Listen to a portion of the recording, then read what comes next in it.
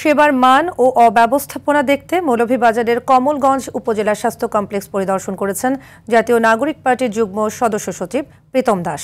দুপুরে এনসিপির স্থানীয় নেতাকর্মীদের সঙ্গে তিনি নিয়ে হাসপাতালের বিভিন্ন ওয়ার্ড ঘুরে দেখেন এবং রোগী, স্বজন ও চিকিৎসকদের সঙ্গে কথা বলেন। পরে তিনি সাংবাদিকদের জানান, হাসপাতালের পরিবেশ এতটাই নোংরা যে সুস্থ মানুষ এলেও অসুস্থ হয়ে পড়বে।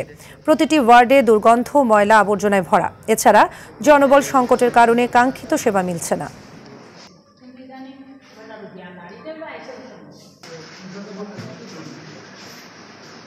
যেটুকু জনবল এখানে আছে বা যে পরিমাণ ডাক্তার এখানে আছেন, ওই অনুযায়ী এখানে যেটা সেবা দেওয়ার কথা সেটুকু এখানে হচ্ছে না।